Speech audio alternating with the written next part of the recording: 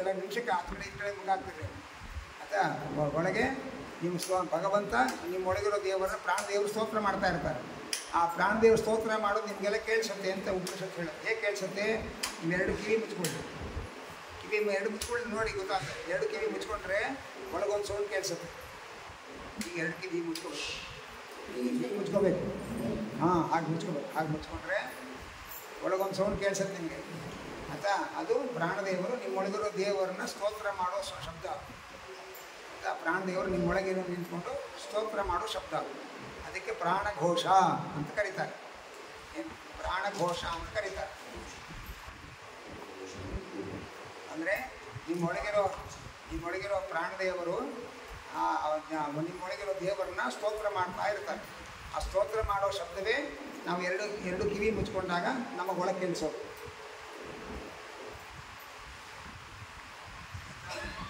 ಊಟ ಆದಮೇಲೆ ಏನು ಮಾಡ್ತೀರಿ? ನಿದ್ರೆ ಮಾಡಿ. ನಿದ್ರೆ ಮಾಡ್ಬೇಕಾದ್ರೆ ಆವಾಗ ತಿಳ್ಕೊಟ್ಟೆ, ನಿದ್ರೆ ಮಾಡ್ಬೇಕಾದ್ರೆ ನಿದ್ರೆ ಮಾಡಿಸೋರು ಯಾರು? ಪ್ರಾಣದೇವರೇ ನಿದ್ರೆ ಮಾಡಿಸೋರು. ನಿದ್ರೆ ಮಾಡುವುದು ಅಂದರೆ ಎಚ್ಚರಿಕೆ ಇದ್ದೀರಿ. ಈಗ ಎಚ್ಚರಿಕೆ ಇದ್ದಾಗ ನಮ್ಮನ್ನೆಲ್ಲ ನೋಡ್ತಾ ಇದ್ದೀರಿ, ಮೇಜು ಪುಸ್ತಕ ಎಲ್ಲ ನಿಮಗೆ ಜ್ಞಾನ ಬರ್ತಾ ಇದೆ. ಈಗೆಲ್ಲ ಜ್ಞಾನ ಹೇಗೆ ಬಂತು? ವಿಶ್ವ ಅಂತ ಒಂದು ಭಗವಂತನ ರೂಪ.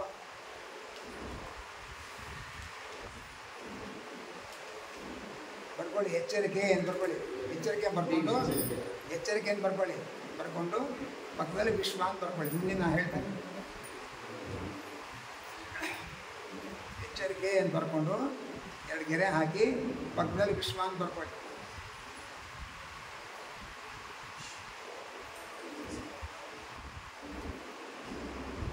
ಆಯಿತಾ. ಆ ವಿಶ್ವ ಅನ್ನೋ ದೇವರು ಈ ಕಣ್ಣಲ್ಲಿ ಕೂತಿರ್ತಾನೆ.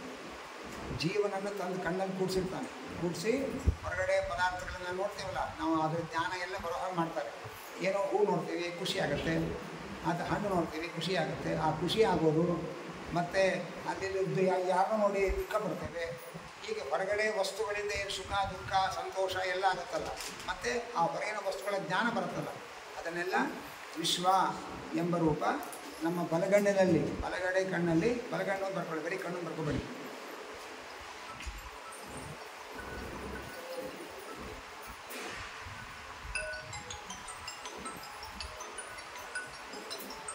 ವಿಶ್ವ ಎಂಬ ರೂಪ ಕೇಳ್ತಾರೆ, ವಿಶ್ವ ಎಂಬ ರೂಪ ಬಲಗಣ್ಣದಲ್ಲಿ ನಿಂತುಕೊಂಡು ಹೊರಗಡೆ ವಸ್ತುಗಳ ಜ್ಞಾನ ಉಂಟು ಮಾಡ್ತಾರೆ. ಆಮೇಲೆ ರಾತ್ರಿ ಕನಸು ಕಾಣ್ತೀರಿ ನೀವು. ಕನಸು ಕಾಣಬೇಕಾದ್ರೆ ಈ ಜೀವ ಕಣ್ಣಲ್ಲಿ ಇರ್ತಾನಲ್ಲ, ಆ ಜೀವ ಇಲ್ಲಿ ಬರ್ತಾನೆ, ಕಂಠಕ್ಕೆ ಬರ್ತಾನೆ ಅಂತ ಸ್ವಪ್ನ ಅಂತ ಬರ್ಕೊಳ್ಳಿ. ಇಷ್ಟು ಮುಚ್ಚಬಾರ್ದು, ಹಾಗೆ ತೆಗೆದುಕೊಂಡಿರ್ಬೇಕು.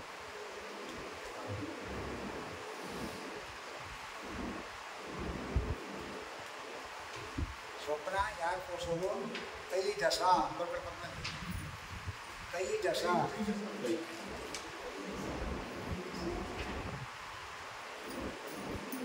ತೈಜಸ ಅನ್ನೋ ರೂಪ ಕಂಠದಲ್ಲಿ ಇಟ್ಕೊಂಡು ಜೀವನನ್ನು ತನ್ನ ಕಂಠದಲ್ಲಿ ಕೂಡಿಸ್ಕೊಂಡು ಅವರಿಗೆ ಕನಸುಗಳನ್ನೆಲ್ಲ ಕಾಣಿಸ್ತಾರೆ. ಕನಸು ಕಾಣಿಸುವ ರೂಪ ಅಂತ ಬರ್ಕೊಳ್ಳಿ. ಕನಸು ಕಾಣಿಸುವ ರೂಪ.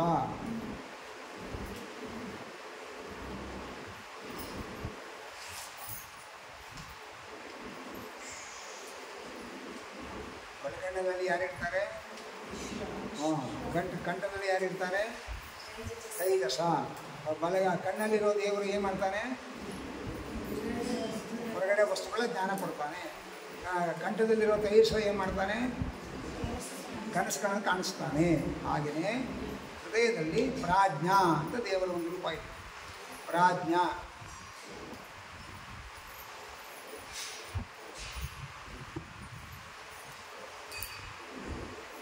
ಪ್ರಾಜ್ಞಾ ಅನ್ನೋ ರೂಪ ಏನು ಮಾಡುತ್ತೆ? ನಿದ್ರೆ ಕೊಡುತ್ತೆ. ನಿದ್ರೆ ಕೊಡುವ ರೂಪ ಅಂತ ಪಡಿತೀವಿ.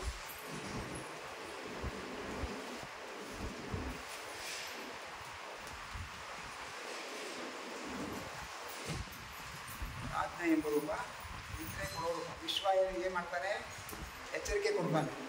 ಎಚ್ಚರಿಕೆ ಇದ್ದಾಗ ಹೊರಗಡೆ ವಸ್ತುಗಳ ಜ್ಞಾನ ಕೊಡ್ತಾನೆ. ತೈಜಸ ಎಲ್ಲಿದ್ದಾನೆ? ಕಂಠದಲ್ಲಿದ್ದಾನೆ. ತೈಜಸ ಏನು ಮಾಡ್ತಾನೆ? ನಮಗೆ ಕನಸುಗಳು ತೋರಿಸ್ತಾನೆ. ಎಚ್ಚರಿಕೆ ಇದ್ದಾಗ ಜೀವ ಎಲ್ಲಿರ್ತಾನೆ? ಬಲಗಣ್ಣದಲ್ಲಿರ್ತಾನೆ. ಜೀವ ಬಲಗಣ್ಣಿನಲ್ಲಿರ್ತಾನೆ. ಕನಸು ಕಾಣಬೇಕಾದ್ರೆ ಜೀವ ಎಲ್ಲಿರ್ತಾನೆ? ಕಂಠದಲ್ಲಿರ್ತಾನೆ. ಮಲ್ಕೋಬೇಕಾದ್ರೆ ಜೀವ ಎಲ್ಲಿರ್ತಾನೆ? ಹೃದಯದಲ್ಲಿರ್ತಾನೆ. ಅಲ್ಲಿ ಪ್ರಾಜ್ಞ ಅನ್ನೋ ಭಗವಂತ ಏನು ಮಾಡ್ತಾನೆ? ಆ ಜೀವನನ ಆಲಿಂಗನ ಮಾಡ್ಕೊಳ್ತಾನೆ. ಆ ಪ್ರಾಜ್ಞ ಅನ್ನೋ ಭಗವಂತ ಜೀವನನ ಅಪ್ಕೊಳ್ತಾನೆ. ಆವಾಗ ಜೀವನಿಗೆ ಒಳ್ಳೆ ಚೆನ್ನಾಗಿ ನಿದ್ದೆ ಬರುತ್ತೆ. ಹೌದಲ್ಲ? ಇಷ್ಟು ವಿಚಾರ. ಈ ಪ್ರಾಜ್ಞ ಇಲ್ಲಿದ್ದಾನಲ್ಲ, ಅವನ ಹತ್ರ ನಾವು ಹೋಗಬೇಕಲ್ಲ. ನಾವು ಎಚ್ಚರಿಕೆ ಇದ್ದಾಗ ಇಲ್ಲಿದ್ವಿ, ಜೀವ ಇಲ್ಲಿದ್ದಾನೆ. ಮಲ್ಕೋಬೇಕಾದ್ರೆ ಇಲ್ಲಿರೋ ಜೀವ ಇಲ್ಲಿಗೆ ಹೋಗ್ಬೇಕಲ್ಲ, ಕರ್ಕೊಂಡು ಹೋಗೋರು ಯಾರು? ಅದು ಪ್ರಾಣದೇವ. ಅರ್ಥ ಆಯ್ತಾ? ಇವಾಗ ಎಚ್ಚರಿಕೆ ಇರ್ತೀರಿ, ಹಾಗೆ ನಿದ್ದೆ ಬಂದ್ಬಿಡುತ್ತೆ. ಆವಾಗ ಕಣ್ಣಿನಲ್ಲಿರೋ ಜೀವನನ್ನು ಹೃದಯಕ್ಕೆ ಕರ್ಕೊಂಡು ಹೋಗೋನು ಪ್ರಾಣದೇವರು. ಇಲ್ಲಿಂದ ಜೀವನ ಇಲ್ಲಿ ಕರ್ಕೊಂಡು ಕೂಡಿಸ್ತಾರೆ. ಹಾಗೆಯೇ ನೀವು ಕನಸು ಕಾಣ್ತಾ ಹಾಗೆ ನಿದ್ರೆ ಮಾಡ್ತೀರಿ. ಆಗ ಕನಸು ಕಾಣ್ಬೇಕಾದ್ರೆ ಜೀವ ಎಲ್ಲಿರ್ತಾನೆ? ಕನಸು ಕಾಣ್ಬೇಕಾದ್ರೆ ಜೀವ ಎಲ್ಲಿರ್ತಾನೆ? ಕಂಠದಲ್ಲಿರ್ತಾನೆ. ಮಲ್ಕೋಬೇಕಾದ್ರೆ ಆ ಜೀವ ಕಂಠದಿಂದ ಇಲ್ಲಿಗೆ ಹೋಗ್ಬೇಕು. ಆದರೆ ನೀವು ಎಚ್ಚರಿಕೆಯಿಂದ ನಿದ್ರೆಗೆ ಹೋದಾಗ ಬಲಗಣ್ಣಿನಿಂದ ಆ ಜೀವನನ್ನು ಇಲ್ಲಿ ಕರ್ಕೊಂಡು ಹೋಗ್ತಾರೆ ಪ್ರಾಣದೇವರು. ನೀವು ಕನಸು ಕಾಣ್ತಾ ಹಾಗೇ ನಿದ್ರೆ ಬಂದುಬಿಡುತ್ತೆ. ಆವಾಗ ಕಂಠದಲ್ಲಿಂದ ಜೀವನನ್ನು ಇಲ್ಲಿ ಕರ್ಕೊಂಡು ಹೋಗ್ತಾರೆ. ಯಾರು? ಪ್ರಾಣದೇವರು. ಆ ಪ್ರಾಣದೇವರ ರೂಪ ಯಾವುದು? ಉದಾನ. ಬರ್ಕೊಳ್ಳಿ. ಉದಾನ ಎಂಬ ರೂಪ ಜೀವನನ್ನು ಹೃದಯಕ್ಕೆ ಕರ್ಕೊಂಡು ಹೋಗ್ತಾನೆ. ಉದಾನ ಪ್ಲಸ್ ಜೀವ ಪ್ಲಸ್ ಹೃದಯ ಬರ್ಕೊಳ್ಳಿ. ಬೇಕಿದ್ರೆ ನಾವು ಅರ್ಥ ಮಾಡ್ಕೊಳ್ಳಿ.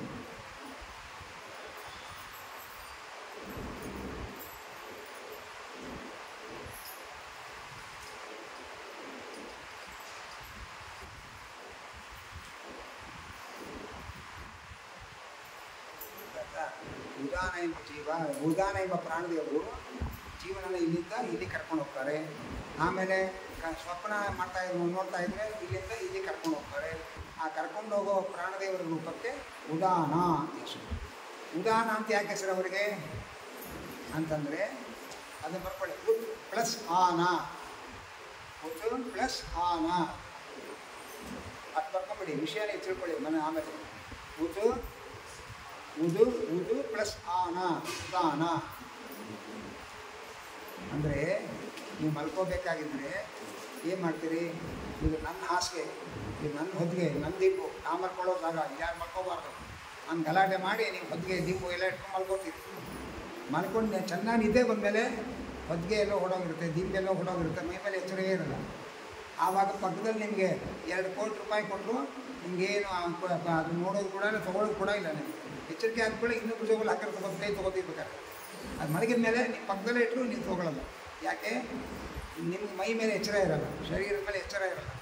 ಆ ಎಚ್ಚರ ತಪ್ಪಿಸಿ ಉದು ಅಂದರೆ ನಿಮ್ಮನ್ನು ದೇಹದ ಮೇಲೆ ಎಚ್ಚರಿಕೆ ತಪ್ಪಿಸಿ, ಆನ ಅಂದರೆ ಕರ್ಕೊಂಡು ಹೋಗೋರು ಅಂತ ಅರ್ಥ. ಉದು ಅಂದರೆ ದೇಹದ ಮೇಲೆ ಎಚ್ಚರ ತಪ್ಪಿಸಿ ಅಂದರೆ ಅಭಿಮಾನ ಬಿಡಿಸಿ ಅಂತ ಅರ್ಥ. ನಿಮ್ಗೆ ಆ ಶಬ್ದ ಕಷ್ಟ ಆಗುತ್ತೆ ಅಂತ. ದೇಹದ ಮೇಲೆ ಎಚ್ಚರ ತಪ್ಪಿಸಿ, ಉದು ಅಂದರೆ ದೇಹದ ಮೇಲೆ ಎಚ್ಚರ ತಪ್ಪಿಸಿ, ಆನ ಅಂದರೆ ಎಲ್ಲಿ ಕರ್ಕೊಂಡು ಹೋಗೋದು? ಹೃದಯಕ್ಕೆ ಕರ್ಕೊಂಡು ಹೋಗೋದು.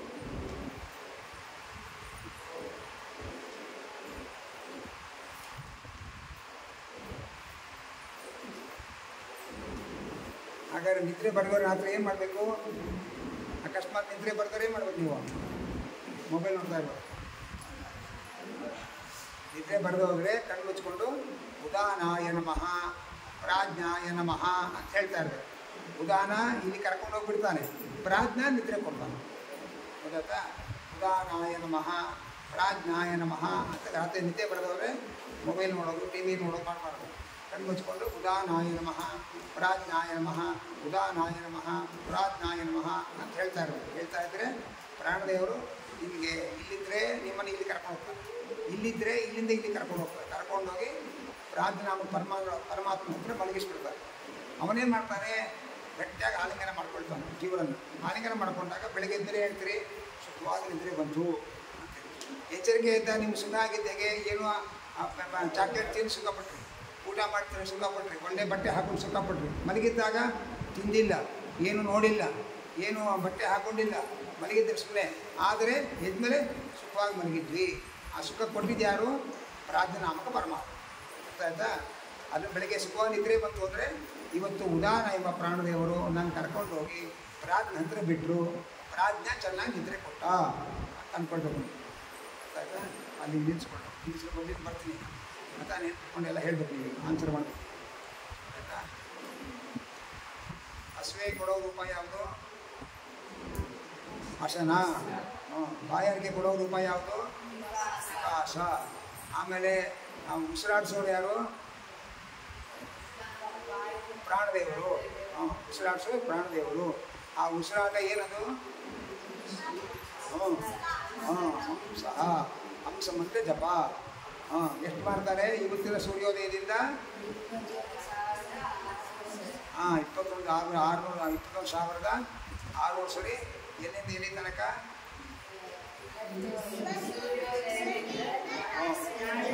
ಬೆಳಗ್ಗೆಯಿಂದ ನಾಳೆ ಬೆಳಗ್ಗೆ ತನಕ. ಅಂದರೆ ಇವತ್ತಿನ ಸೂರ್ಯೋದಯದಿಂದ ನಾಳೆ ಸೂರ್ಯೋದಯದವರೆಗೆ 21,600 ಬಾರಿ ಉಸಿರಾಟ ನಡೆಸ್ತಾರೆ. ನಾವು ಬೆಳಗ್ಗೆ ಎದ್ಮೇಲೆ ಏನು ಅನ್ಕೋಬೇಕು? ಹಾಗಾದ್ರೆ ಸ್ನಾನ ಮಾಡಿ ಬೆಳಗ್ಗೆ ಎದ್ಮೇಲೆ ಮುಖ ತೊಳ್ಕೊಂಡು ದೇವ್ರ ಮುಂದೆ ಕೂತ್ಕೊಂಡು ಏನು ಹೇಳ್ಬೇಕು ನಾವು?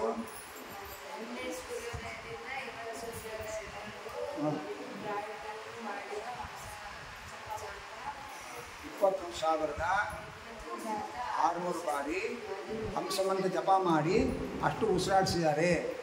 ಈ ಹಂಸಮಂತ್ರ ಜಪವನ್ನು ಏನಿಗೆ ಸಮರ್ಪಣೆ ಮಾಡ್ತೇನೆ ಅಂತ ಅನ್ಬೇಕು. ನಾಳೆ ಬೆಳಗ್ಗೆಯಿಂದ ಕೇಳ್ತೀನಿ, ನಾಳೆ ಸಾಯಂಕಾಲ ಆಂಧ್ರ ಅಂತ ಬೆಳಗ್ಗೆ ಎದ್ಮೇಲೆ ಅನ್ಬೇಕು. ಆಯಿತಾ? ಅಷ್ಟು ಸಮರ್ಪಣೆ ಮಾಡಬೇಕು. ಆಮೇಲೆ ಉಸಿರಾಡಬೇಕಾಗಿದ್ದರೆ ಯಾವ ಮಂತ್ರ ಹೇಳೋದು? ಉಸಿರಾಡಿಸೋ ಯಾವ ಮಂತ್ರ? ಹಂಸ. ಹಮ್ಮಂದರೆ ನಿರ್ದೋಷ, ಸಹ ಅಂದರೆ ಗುಣಪರಿಪೂರ್ಣ.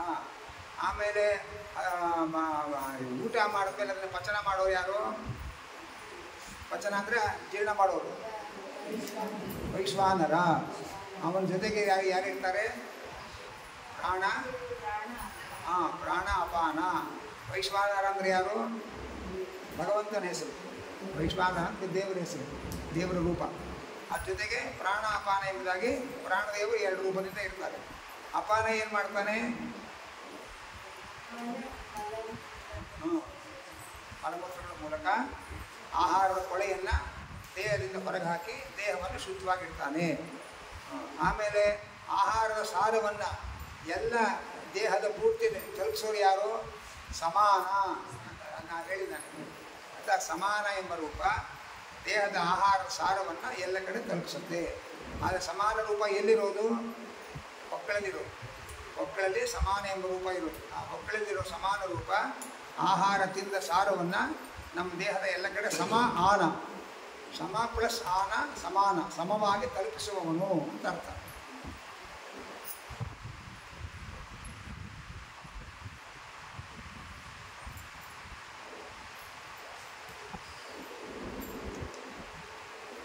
ಆಮೇಲೆ ನಿಮಗೆ ಎಚ್ಚರಿಕೆ ಕೊಡೋದು ಯಾರು? ಎಚ್ಚರಿಕೆ ಕೊಡೋದು ಯಾರು? ವಿಶ್ವ. ವಿಶ್ವಂ ಷಟ್ಕಾರ. ಬಂದು ಎಚ್ಚರಿಕೆ ಆಗುತ್ತೆ. ಆಮಂತ್ರ ಸಹಸ್ರನಾಮ ಪಾರಾಯಣ. ಅದಕ್ಕೆ ಬಂದು ವಿಶ್ವ ಅಂತ ಬಂದು ಎಚ್ಚರಿಕೆ ಬರಲಿ ಅಂತ.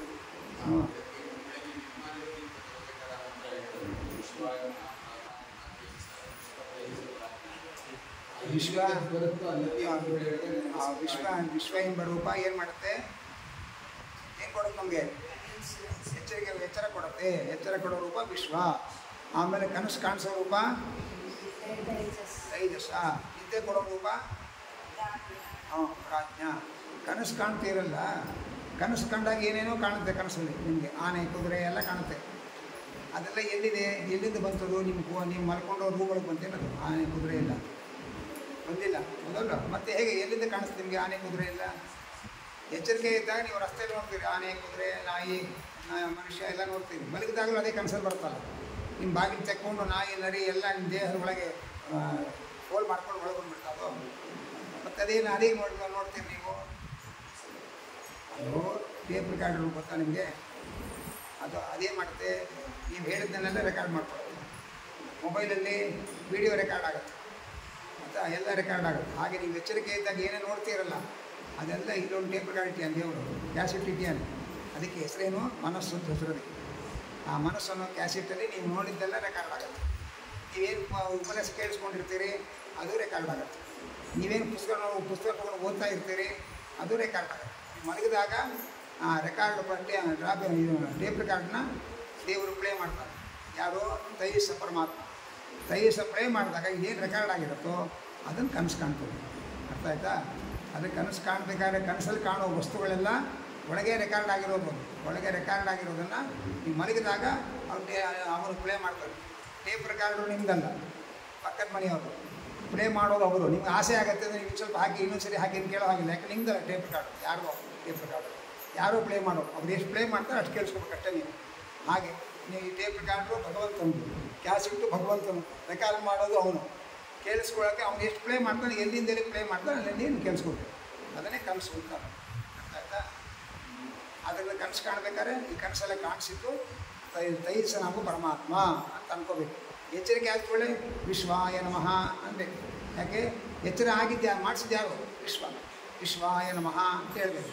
ಕನಸಲ್ಲಿ ನೀವು ತೈಸಾಯ ನಮಃ ಅಂತ ಹೇಳೋಕ್ಕಾಗಲ್ಲ, ಯಾಕೆಂದರೆ ನಿದ್ದೆ ಬಂದುಬಿಟ್ಟಿರ್ತದೆ.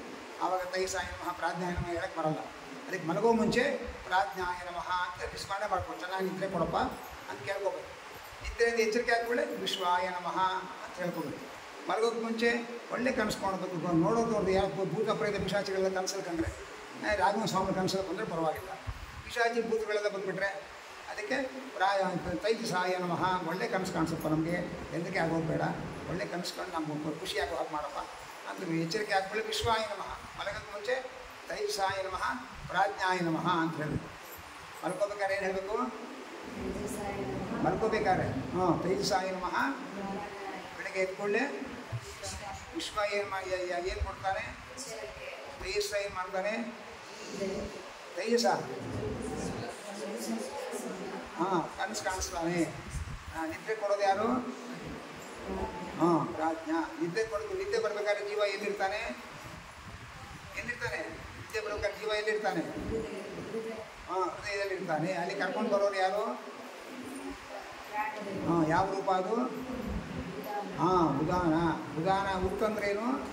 ದೇಹದ ಮೇಲೆ ಎಚ್ಚರ ತಪ್ಪಿಸಿ, ಆನ ಅಂದರೆ ಕರ್ಕೊಂಡು ಹೋಗ್ಬಿಡ್ತಾನೆ ಅಂತ ಅರ್ಥ. ಅರ್ಥ ಆಯ್ತಾ?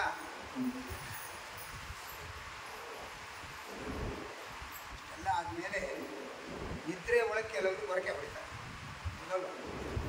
ಗೊರಕೆ ಹೊಡೆಯೋದು ಅಂದರೆ ಏನು? ನೀವೆಲ್ಲ ಮಲಗಿರ್ತೀರಿ, ನಿಮ್ಮ ಕಣ್ಣು ಕಿವಿ ಎಲ್ಲ ದೇವತೆಗಳು ಮಲಗಿರ್ತಾರೆ. ಆಯಿತಾ? ಪ್ರಾಣದೇವರು ಒಬ್ಬರು ಎದ್ದಿರ್ತಾರೆ. ಆ ಎದ್ದಿರೋ ಪ್ರಾಣದೇವರು ಏನು ಮಾಡ್ತಾ ಇರ್ತಾರೆ? ಅವರು ದೇವರನ್ನು ಸ್ತೋತ್ರ ಮಾಡ್ತಾ ಇರ್ತಾರೆ. ಅವೆಲ್ಲ ಮಲಗಿದಾಗ ನಮ್ಮ ಕಣ್ಣು ಮೂಗು ಕಿವಿ ಇಂದ್ರಿಯಗಳೆಲ್ಲ ಮಲಗಿರುತ್ತೆ, ನಾವು ಮಲಗಿರ್ತೇವೆ. ಒಳಗೆ ನಿದ್ರೆ ಕೊಡೋಕೆ ಒಬ್ಬ ಪ್ರಾಜ್ಞಾ ಅಂತ ಕೂತಿರ್ತಾನೆ ಪರಮಾತ್ಮ. ಅವನ ಪಕ್ಕದಲ್ಲಿ ಪ್ರಾಣದೇವರು ಇರ್ತಾರೆ ನಮ್ಮ ಜೊತೆಗೆ.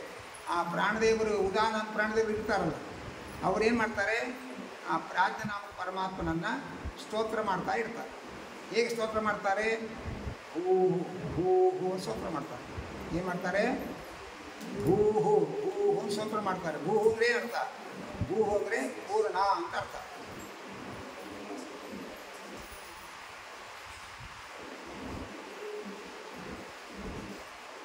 ಮಲಗಿದ್ದಾಗ ಅಷ್ಟು ಪಡ್ಕೋಬೇಕು. ಮಲಗಿದಾಗ ಉದಾನ ಎಂಬ ಪ್ರಾಣದೇವರು ಮಲಗಿದಾಗ ಉದಾನ ಎಂಬ ಪ್ರಾಣದೇವರು ಮಲಗಿದಾಗ ಉದಾನ ಎಂಬ ಪ್ರಾಣದೇವರು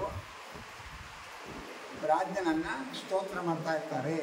ಸ್ತೋತ್ರ ಮಾಡ್ತಾರೆ. ಏನು ಸ್ತೋತ್ರ ಮಾಡ್ತಾರೆ? ಹೂ ಹೂ ಅಂತ ಸ್ತೋತ್ರ ಮಾಡ್ತಾರೆ.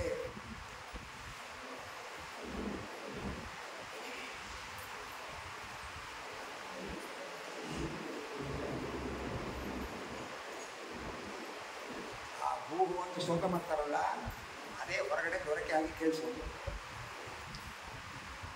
ಆಯಿತಾ? ಸೈಂಟಿಫಿಕ್ ಆಗಿ ನಿಮಗೆ ಗೊರಕೆ ಹೊಡೆಯೋದು ಯಾಕೆ ಅಂತ ಬೇರೆ ನಿಮ್ಮ ಸ್ಕೂಲಲ್ಲಿ ಹೇಳ್ಕೊಡ್ತಾರೆ. ಆದರೆ ಉಪನಿಷತ್ತು ಹೇಳುತ್ತೆ ಅದು ಸುಮ್ಮನೆ ಏನು ಗೊರಕೆ ಶಬ್ದ ಅಲ್ಲ. ಅದು ನಮ್ಮ ದೇಹದ ನಮ್ಮ ಒಳಕ್ಕೂ ನಾವು ಮಲ್ಕೊಂಡಾಗ ಆ ಉದಾನ ಎಂಬ ಪ್ರಾಣದೇವರು ಪ್ರಾಜ್ಞಾ ಎಂಬ ಪರಮಾತ್ಮನನ್ನು ಹೂ ಹೂ ಹೂ ಹೂ ಹೂ ಹೂ ಉಪವಾಸ ಮಾಡ್ತಾ ಇರ್ತಾರೆ. ಅದು ಅವರ ದೇಹದ ವ್ಯವಸ್ಥೆಗೆ ಅನುಗುಣವಾಗಿ ಕೆಲವರ ದೇಹದಲ್ಲಿ ಅದು ಗೊರಕೆ ಆಗಿ ಕೇಳಿಸುತ್ತೆ. ಅದು ಪಕ್ಕದಲ್ಲಿ ಮಲ್ಕೊಂಡಿರ್ತಾರೆ, ಯಾರೋ ಗೊರಕೆ ಹೊಡ್ತಾ ಇರ್ತಾರೆ, ನಿಮ್ಗೆ ಸಿಟ್ಟು ಬರುತ್ತಲ್ಲ. ನೀವು ಇದನ್ನು ಅನ್ಕೋಬೇಕು, ಅವರೊಳಗಿರೋ ಪ್ರಾಣದೇವರು ಅವ್ರಿಗಿರೋ ಪ್ರಾಜ್ಞನನ್ನು ಭೂ ಹೂ ಭೂ ಸ್ತೋತ್ರ ಮಾಡ್ತಾ ಇದ್ದಾರೆ, ಅದು ನಮ್ಮ ಕಿವಿ ಕೇಳಿಸ್ತಾ ಇದೆ ಹಾಗೆ ಅಂತ ಅಂದ್ಕೊಂಡ್ರೆ ನಿಮ್ಗೆ ಸಿಟ್ಟು ಬರಲ್ಲ. ಅವರು ಹಿಂದೆ ಸಿಟ್ಟು ಬರುತ್ತೆ, ಇಷ್ಟು ದೂರ ಗೊರಕೆ ಹೊಡಿತಾರೆ. ಅರ್ಥ ಆಯ್ತಾ?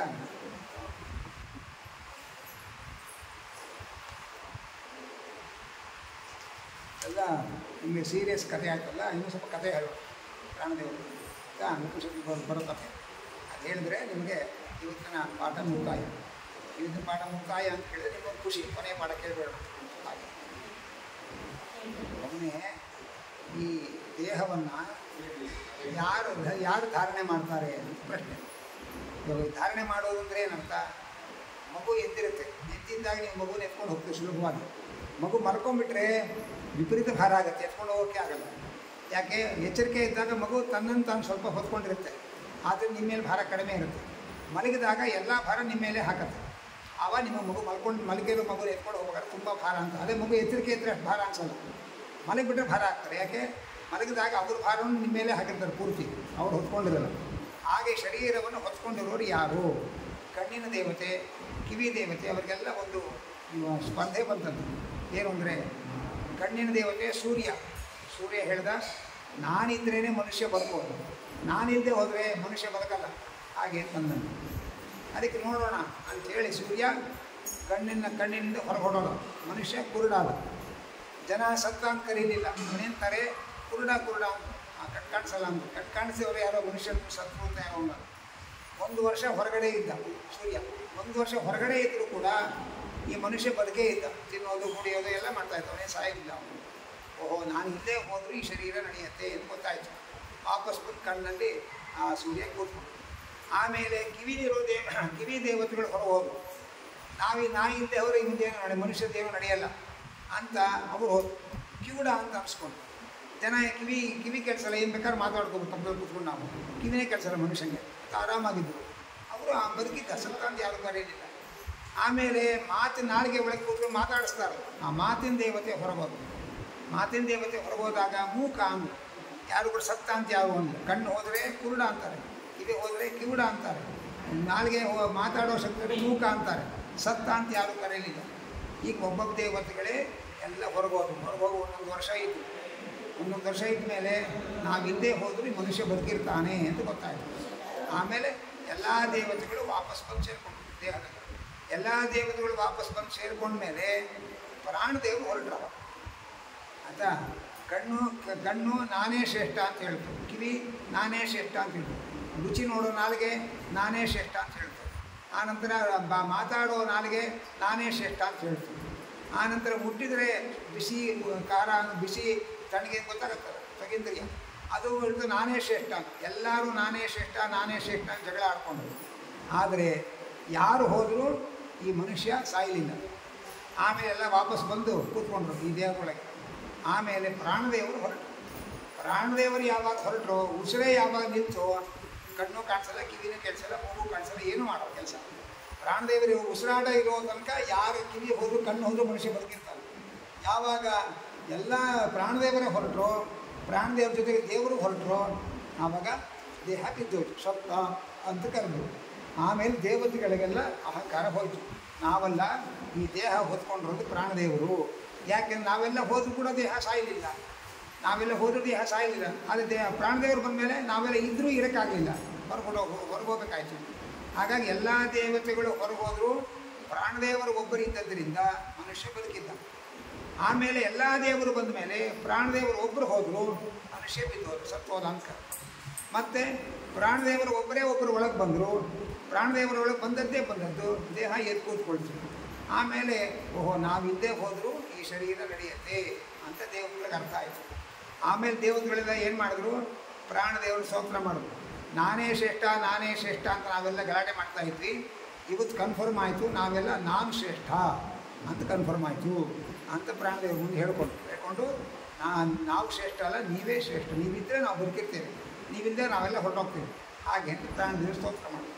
ಇದನ್ನೇ ಮಧ್ವನಾಮದಲ್ಲಿ ಕರಣಾಭಿಮಾನಿ ಸುರರು ದೇಹವ ಬಿಡಲು ಕುರುಡ ಕಿವುಡ ಮೂಕ ಎಂದೆನಿಪ ಪರಮ ಮುಖ್ಯ ಪ್ರಾಣ ತೊಲಗಲ ದೇಹವನ್ನು ಅರಿತು ಬೆಣನೆಂದು ಪೇಳುವರು ಬುಧ ಜನ.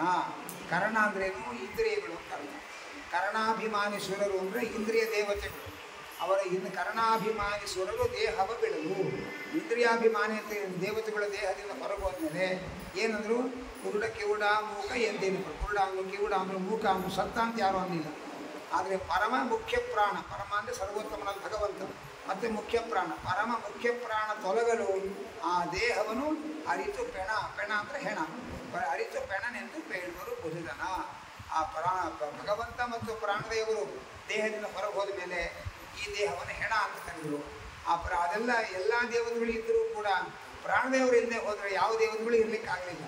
ಎಲ್ಲ ದೇವತೆಗಳು ಹೋದರೂ ದೇಹ ಈ ಬದುಕಿತ್ತು. ಆದರೆ ಪ್ರಾಣದೇವರು ಹೋದ ಮೇಲೆ ಹೊರಟ ಮೇಲೆ ಜೀವನ ಇರೋಕ್ಕಾಗಲಿಲ್ಲ, ದೇವತೆಗಳು ಇರೋಕ್ಕಾಗಲಿಲ್ಲ. ಆಗ ಈ ಪ್ರಾಣದೇವರು ಭಗವಂತ ಹೋದದ್ದರಿಂದ ಈ ದೇಹ ಸತ್ತು ಹೋಯಿತು. ಹಾಗೆ ಜನ ಅಂತ. ಹಾಗಾಗಿ ನಾವು ಬದುಕಬೇಕಾಗಿದ್ದರೆ ನಮ್ಮ ದೇಹದೊಳಗೆ ಪ್ರಾಣದೇವರು ಇರಬೇಕು. ಪ್ರಾಣದೇವರು ಇರಬೇಕಾದ್ರೆ ಪ್ರಾಣದೇವರೊಳಗೆ ಭಗವಂತ ಇರಬೇಕು. ಅವರಿಬ್ಬರು ಇದ್ದರೆ ಈ ಜೀವ ದೇಹದೊಳಗಿರೋಕ್ಕೆ ಸಾಧ್ಯ. ಆದ್ದರಿಂದ ಪ್ರಾಣದೇವರು ಜೀವೋತ್ತಮ ಅಂತ ಎಲ್ಲ ದೇವತೆಗಳು ನಮಗೆ ಕನ್ಫರ್ಮೇಷನ್ ಮಾಡಿಕೊಟ್ರು. ಅವರು ಪ್ರಯೋಗ ಮಾಡಿ ಅವರು ಪ್ರಾಕ್ಟಿಕಲ್ ಕ್ಲಾಸ್ ಅಂತಾರಲ್ಲ, ಅವರು ಪ್ರಾಕ್ಟಿಕಲ್ ಕ್ಲಾಸ್ ತೊಗೊಂಡು ನಮಗೆ ಕನ್ಫರ್ಮ್ ಮಾಡೋದು ಪ್ರಾಣದೇವರೇ ಜೀವೋತ್ತಮ, ಇನ್ಯಾರೂ ಅಲ್ಲ ಹಾಗೆ ಅಂತ ಹೇಳ್ತಾರೆ. ಆಯಿತಾ? ಈಗ ಇನ್ನೊಂದ್ಸರಿ ಮೊದಲಿನ ಕೊನೆಗೆ ಬಂದ್ಬಿಡೋಣ. ಆಯಿತಾ? ನಾನು ರೂಪ ಹೇಳ್ತೇನೆ, ನೀವು ಕೆಲಸ ಹೇಳಬೇಕು. ಈ ರೂಪ ನೀವು ಹೇಳಬೇಡಿ, ನಾನು ಹೇಳ್ತೇನೆ ಯಾವ ರೂಪದ ಹೆಸರು ಅದೇನು ಮಾಡುತ್ತೆ ನೀವು ಹೇಳಿ. ಆಯ್ತಾ? ತೈಜಸ ರೂಪ ಹಾಂ, ತೈಜಸ ರೂಪ ಏನು ಮಾಡುತ್ತೆ? ಹಾಂ, ಸ್ವಪ್ನಗಳು ತೋರಿಸುತ್ತೆ. ಪ್ರಾಜ್ಞ ರೂಪ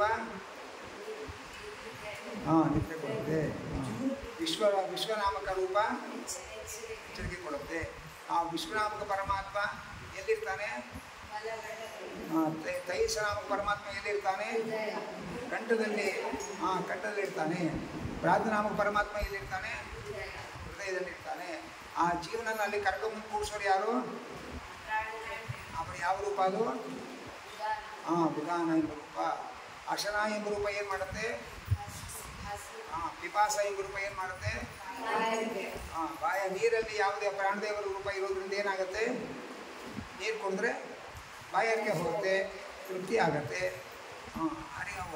ಉದುರು ಜಠರಾಗ್ನಿಯಲ್ಲಿರೋ ರೂಪ ಯಾವುದು? ಭಗವಂತ ರೂಪ ವೈಶ್ವಾನರ. ವೈಶ್ವಾನರನ ಜೊತೆ ಇರೋ ಪ್ರಾಣದೇವರ ರೂಪ ಯಾವುದು? ಪ್ರಾಣ ಅಪಾನ ಎಂದು ವೈಶ್ವಾನರ ನಾಮ ಪರಮಾತ್ಮ ಜೊತೆಗಿರೋ ಎರಡು ರೂಪ. ಆಮೇಲೆ ಹಂಸಃ ಅಂತ ಜಪ ಮಾಡೋರು ಯಾರು? ಪ್ರಾಣದೇವರು. ಎಷ್ಟು ಸರಿ ಮಾಡ್ತಾರೆ?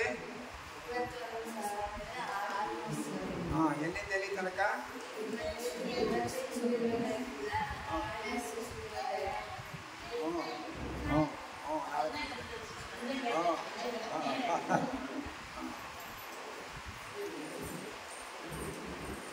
ಸಮಾನ ಎಂಬ ರೂಪ ಇಲ್ಲಿರೋದು. ಒಕ್ಕಳಲ್ಲಿ ಸಮಾನ ರೂಪ ಏನು ಮಾಡುತ್ತೆ? ಆಹಾರದ ಸಾರವನ್ನು ಸಮವಾಗಿ ಎಲ್ಲ ಕಡೆ ಹಂಚುತ್ತೆ. ಆಯಿತಾ? ಇನ್ನೊಂದು ರೂಪ ಹೇಳಿಲ್ಲ ನಾನು. ಪ್ರಾಣ ಆಯಿತು, ಅಪಾನ ಆಯಿತು, ಉದಾನ ಆಯಿತು, ಸಮಾನ ಆಯಿತು. ಮತ್ತು ಯಾವ್ದು ಬಿಟ್ಟಿದ್ದೇನೆ? ಧ್ಯಾನ ಎಲ್ಲಿರುತ್ತೆ? ಧ್ಯಾನ ನಮ್ಮ ದೇಹದೊಳಗೆ ಪೂರ್ತಿ ಸಂಚಾರ ಮಾಡ್ತಾ ಇರುತ್ತೆ. ವಿ ಆನ ಅಂತ ಡಿವೈಡ್ ಮಾಡಬೇಕು ಪದ. ವಿ ಪ್ಲಸ್ ಆನ ಈಸ್ ಈಕ್ವಲ್ ಟು ಧ್ಯಾನ. ವಿ ಪ್ಲಸ್ ಆನ ಈಸ್ ಈಕ್ವಲ್ ಟು ಧ್ಯಾನ. ವಿ ಎಂದೇನು? ವಿವಿಧ ನಾಡಿಗಳಲ್ಲಿ ಆನ ಅಂದರೆ ಸಂಚರಿಸುವವರು ಅಂತ ಅರ್ಥ. ಎಷ್ಟು ನಾಡಿ ಇದೆ ನಮ್ಮ ದೇಹದೊಳಗೆ?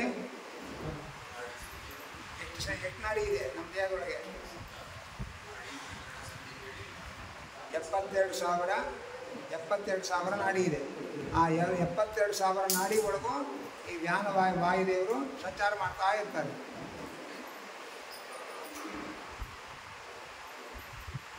ಮಾರುತಿ ವ್ಯಾನ್ ಗೊತ್ತಾ ನಿಮಗೆ? ಗೊತ್ತಾ? ಆ ಮಾರುತಿನೇ ವ್ಯಾನ. ಮಾರುತಿ ವ್ಯಾನ್ ನೋಡಿದ್ದೀರಿ ಹೌದಲ್ವ? ಎಲ್ಲ ಕಡೆ ಹೋಗ್ತಾ ಇರುತ್ತೆ. ಹಾಗೆ ಆ ಮಾರುತಿ ವ್ಯಾನನಾಗಿ ನಮ್ಮ ದೇಹದೊಳಗೆ ಸಂಚಾರ ಮಾಡ್ತಾ ಇರ್ತಾರೆ ಎಲ್ಲ ಕಡೆಗೂ.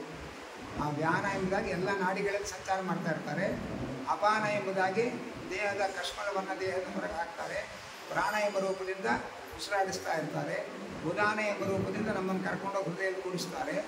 ಆ ಪ್ರಾಣ ಅಪಾನ ವ್ಯಾನ ಉದಾನ ಸಮಾನ ಎಂಬ ರೂಪದಿಂದ ನಾಭಿಯಲ್ಲಿದ್ದು ಆಹಾರ ಸಾರವನ್ನು ಎಲ್ಲ ಕಡೆಗೆ ತಲುಪಿಸ್ತಾರೆ. ಸ್ನಾನ ಮಾಡಬೇಕಾದ್ರೆ ಏನು ಅನ್ಕೋಬೇಕು? ಪ್ರಾಣದೇವರು ನೀರಲ್ಲಿದ್ದು ಆಚಮನ ಮಾಡಬೇಕಾದ್ರೆ ಪ್ರಾಣದೇವರು ನೀರಲ್ಲಿದ್ದು ನಮ್ಮನ್ನು ಆಚಮನದಿಂದ ಶುದ್ಧಿ ಮಾಡ್ತಾ ಇದ್ದಾರೆ. ಹಾಗೇನೆ ಬಾಯಾರಿಕೆ ಆದಾಗ ಏನು ಅನ್ಕೋಬೇಕು? ಪ್ರಾಣದೇವರು ಬಾಯಾರಿಕೆ ಕೊಡ್ತಾ ಇದ್ದಾರೆ. ಆಮೇಲೆ ಹಸಿವೆ ಆದಾಗ ಪ್ರಾಣದೇವರು ಹಸನಾರೂಪದಿಂದ ಹಸಿವೆ ಕೊಡ್ತಾ ಇದ್ದಾರೆ. ಆ ಹಸಿವೆ ತಿಂದ ಮೇಲೆ, ಆಹಾರ ತಿಂದ ಮೇಲೆ ಹಸಿವೆ ಹೋಗೋ ಹಾಗೆ ಪ್ರಾಣದೇವರು ಮಾಡ್ತಾರೆ. ಆಮೇಲೆ ನೀರು ಕುಡಿದ ಮೇಲೆ ಬಾಯಾರಿಕೆ ಹೋಗಬೇಕಾದ್ರೆ ರಸ ಅನ್ನೋ ರೂಪದಿಂದ ಭಗವಂತ ಇದ್ದಾನಲ್ಲಿ. ರಸ ಎಂಬ ರೂಪದಿಂದ ನೀರಲ್ಲಿ ಇಟ್ಕೊಂಡು ಭಗವಂತ ನೀರಿಂದ ನಮಗೆ ತೃಪ್ತಿ ಕೊಡ್ತಾನೆ. ಆ ನೀರು ಕುಡಿಬೇಕಾದ್ರೆ ಇನ್ನೇನು ಅನ್ಕೋಬೇಕು ನಾವು? ದೇವತೆಗಳೇನು ಅನ್ಕೊಂಡು ಪ್ರಾಣದೇವರು ವಸ್ತ್ರ ಸಮರ್ಪಣೆ. ನೀರು ಕುಡಿಬೇಕಾದ್ರೆ ಈ ನೀರು ನಮ್ಮ ದೇಹಗಳಿಗಿರೋ ಪ್ರಾಣದೇವರಿಗೆ ವಸ್ತ್ರ ಸಮರ್ಪಣೆ ಅಂತ ಅಂದ್ಕೊಳ್ಬೇಕು. ಆಮೇಲೆ ಊಟ ಮಾಡ್ಬೇಕಾದ್ರೆ ಏನು ಅನ್ಕೋಬೇಕು? ದೇವತೆಗಳು ಈ ನಾವು ತಿನ್ನೋ ಊಟವನ್ನು ನಮ್ಮ ದೇಹಗಳಿಗೆ ಪ್ರಾಣದೇವರಿಗೆ ಅನ್ನ ಅಂತ ಅನುಸಂಧಾನ ಮಾಡ್ಯಾರ. ಆಗ ನಾವು ಊಟ ಮಾಡಿದ್ರೆ ಇದು ನಾವು ಊಟ ಮಾಡೋದಲ್ಲ, ನಮ್ಮ ದೇಹದೊಳಗಿರೋ ಪ್ರಾಣದೇವರಿಗೆ ಇದು ನೈವೇದ್ಯ ಅಂದ್ಕೊಂಡು ಊಟ ಮಾಡೋದು. ಅರ್ಥಾಯ್ತಾ?